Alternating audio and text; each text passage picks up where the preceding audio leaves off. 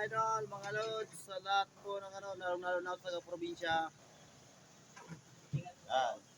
Mag-ingat po tayo kasi dahil po sa bagyong uwan. Ayan na po, dito po sa Quezon City ay nag-uulan na rin po. Kaya po mag-ingat po ang lahat. Lagi po mag-iingat at laging handa sa kaligtasan ng bawat isa. Huwag makalimot sa local Lord Prelam. Lagi lang po tayo magdarasal sa umaga. Ngayon po ay linggo. May pasok po tayo para po sa pamilya kahit po ay umulan. Pero po ang akin lang po ay tayo may magdarasal dahil po ito ay darating po na bagyo. Lagi po tayo magdarasal.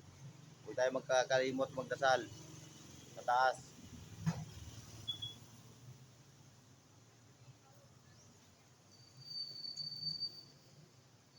Ingat po ang lahat.